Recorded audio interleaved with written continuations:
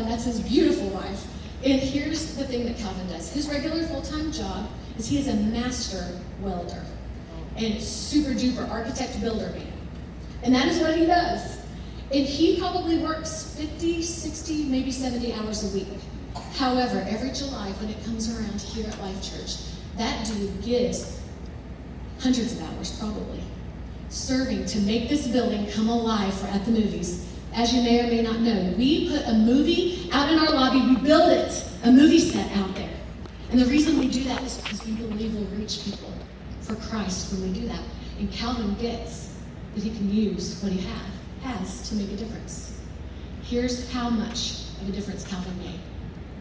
This past July for At the Movies, we saw over 25,000 people come into just this location of Life.Church. And then we saw 190 of those walk out changed by Jesus. That's right, you guys. We'll celebrate that all day long. And Calvin knows that when he uses those master building skills and his master architect skills and his welding, that he's making a difference in the eternity of people. So again, we've got to spend some time taking an inventory. What do we have? And how can we use that to reach people we love?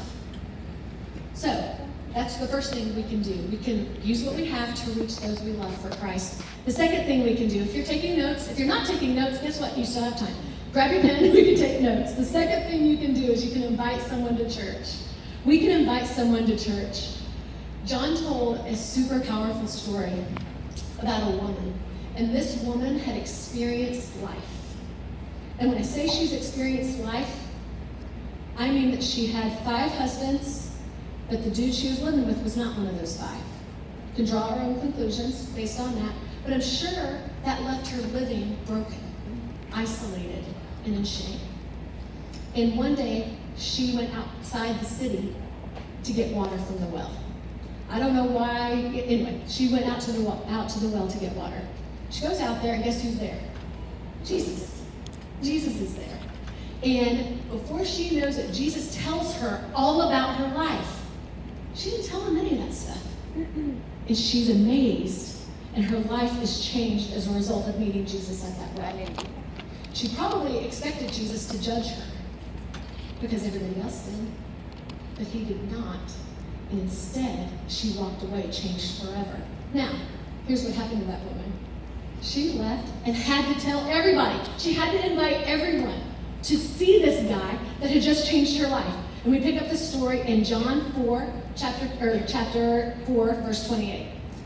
Then, leaving her water jar, the woman went back to town and said to the people, watch her passion in this, you guys, watch this. She said, come and see the man who has told me everything that I've ever done. Could this be the Messiah? And what did the town people do? They came out of the town and they made their way toward him. What did she do? Well, let's go back. What did she not do? She didn't memorize the script like Pastor Greg. She didn't pray about it first. She didn't think about whether or not the townspeople were going to judge her. She had a passion and ran like crazy to go tell everyone what had just happened to her, because she had just experienced the change of her life, and life changed, and knew that she could walk away from all she had ever known because she was changed. Does that make sense? So, we can invite people to church.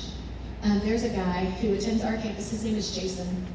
Jason is, he serves on our host team here, and oh yeah, red shirt, there he is. That's Jason serving in the red shirt. And right next to him in the middle, that's Bill. But we'll talk about Bill in just a second. So Jason attends our campus, but months ago, he found himself deep in alcohol addiction. Deep. And found himself going, I gotta do something. So he very boldly made a decision to go to rehab. And goes to rehab and ends up in Overland Park, Kansas, to go to a rehab that's there. But he got there and he didn't know what he was gonna do because he wanted to go to church. Well, lo and behold, guess what? We had just started a Life.Church in where? Overland Park, Kansas! Right. So we had just started, it's a coincidence, right? I think not. Yeah. So we had just started a campus there in Overland Park. Jason finds out, gets so excited, grabs all of his friends from rehab. They load up in a car and they go to church. And remember Bill? Bill goes with them. Guess what happened to Bill? Bill met Jesus that day. Bill walked out of church a completely changed person because he had met Jesus, much like the woman at the well, and walked away different. Now here's the thing that you've got to not miss about Bill. Since then, Bill has made the decision to be baptized and tell the world who he follows. Right? If we don't celebrate that, what are we doing? So that's Bill getting baptized in Overland Park. Bill has also made the very bold decision to lead a life group for men who struggle with PTSD. Bill, right? I know, you guys, it's awesome. Then, Bill invites even more people, and some of them walk away changed by Jesus. All right, celebrate, guys. I know. It's a lot to celebrate, I know. Here's what you can't miss. Who knows what would have happened had it not been for Jason's invite to church? Who knows what would have happened had it not been for that invite to church from Jason? All of these lives are changed as a result of one simple invite. When you came in today, on your seat, there's a pack of these invite cards. They look just like this. Wave them around. You guys got them? Got them in your hand? Wave them around. Crowd interaction. That's how we do it. Thank you. Good. These could represent changed lives. There's 10 of them in here. Surely we all know somebody who needs to be here. And again, experience the same thing we ourselves have experienced. These represent changed lives. And here is our church's promise to you. You can be guaranteed that there is no bad weekend to invite somebody you love to church. We will always make sure that our experience is one that will reach anyone and everyone, no matter where they are in life. So, we're doing our part. You can be guaranteed that this church is a place you can bring people. It's now your turn to invite people to come and see what you yourself have experienced here. It's time. So, how can we reach people? We can use what we have. The second way we can reach people is we can invite people to church. One other thing about inviting to church, take an inventory of who's around you. Maybe you can invite the frazzle barista you got coffee from today. Maybe you can invite that neighbor. I'm going to invite my neighbor now that I'm going to start talking to him. Maybe you can invite your friends and family. You can invite that coworker you know is struggling. That's 4. Who else do you know? In the end, we can invite somebody to church. So, we're going to use what we have. We're going to invite people to church. The third thing we can do to reach people for Christ, if you're taking notes, is we can share our story. We can share our story. Every one of us has a story. And if we share it, God will do something. Amen. Okay? So, there's a story in the Bible where Jesus healed a man blind. He was born blind from birth. Okay? Born blind from birth. And after he healed this guy, all the religious people, again, I told you they cause a ruckus, all the religious people were around, and they were calling Jesus a sinner. They were doubting. They were calling him a con man, all this stuff. Hurling just insults at Jesus. And then the blind man who had just been healed, he had had enough. And we're going to pick up the story. We're going to pick up the story in John chapter 9, verse 25. And the blind man replies, whether Jesus is a sinner or not, I don't know. But there is one thing I do know. I was blind, but now I can see. Amen. I was blind, but now I can see. Can you guys imagine that? Imagine darkness. Not just for a day, a week, a month, decades of your life in darkness. And then in one instant, when Jesus speaks, you can see vivid color for the first time ever. You can see the brilliance of a sunset that you've never even imagined was that beautiful. You can see the faces of those you love, and you had never even hoped to see them, and to look into their eyes and see, really see those you love. That's this guy. And I can't even imagine being blind, but I do know that, man, I would tell everybody if I could now see. I would tell everybody, man, I was blind, but now I can see. We all have a story. And I want to share with you how I was blind. but now I can see. Amen. I grew up in church my whole life. My whole life. And there's not a time ever that I didn't know about Jesus. The thing about that is, and I'm super grateful for my family and the Christian legacy that we have in my family. Couldn't be more grateful, and I love my family. That does not mean, though, I was without sin. Does not even mean I was without sin.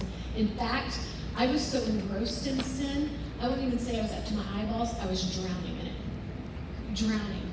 And when I say I was drowning in sin, every moral failure that you can think of, I committed. That means hanging out with boys and doing the inappropriate things. That means hanging out with friends doing the inappropriate thing. If there was an inappropriate and wrong thing to do, I would find it. And most of the time that's because I believed some serious lies about myself. I believed that I was grossly inadequate. I believed that I was not worthy of love of any kind. And I also believed that I was broken, damaged goods, beyond all repair. And I believe deeply, who could love someone like that? Who? I'll tell you who. God can. Amen. And the reason I know this is because even in my sin, I couldn't earn my way out. There was nothing I could do. And the second that I realized that He loved me at my worst, and He sent Jesus knowing that I would be at my worst, and He sent Jesus anyway, the day that I realized that changed my life forever. And I will never go back. So here's some of the things. So I told you all the lies that I believed, and they perpetuated my sin. They kept me in the deep dark a lot. But here are the things once I encountered Jesus and He changed my life. I spent time with Him in His Word, and He replaced those lies. And here are the lies He replaced them with the truth. And they're true of me now that I'm a follower of Christ, but they're true of all of us when we follow Christ. Here are some of them. My sin is separated from me as far as the east is from the west. Amen. I am forgiven. Amen. So are you, if you're a follower of Christ. Right? In Him I am complete and not lacking anything. Not lacking a thing, because He's good. Amen. In Him, He has made me the righteousness of Christ. Whiter than snow is how clean He's made me. Imagine when you go outside and you're blinded by how bright the snow is. He's made us cleaner than that. It's crazy. And I do not deserve it. I am not worthy of it, but it's because He is good. Amen. All the time. And the day I realized that He is good all the time and that He replaced those lies with the truth, so my life changed forever. And I told you guys earlier, I will never, ever, ever go back to the way my life was before. Hallelujah. Because, one more truth for you, in Him I am free. Amen. Amen. Free.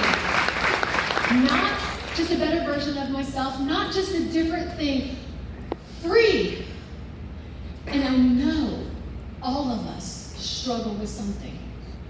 Whether it's big, small, middle ground, we all struggle with something.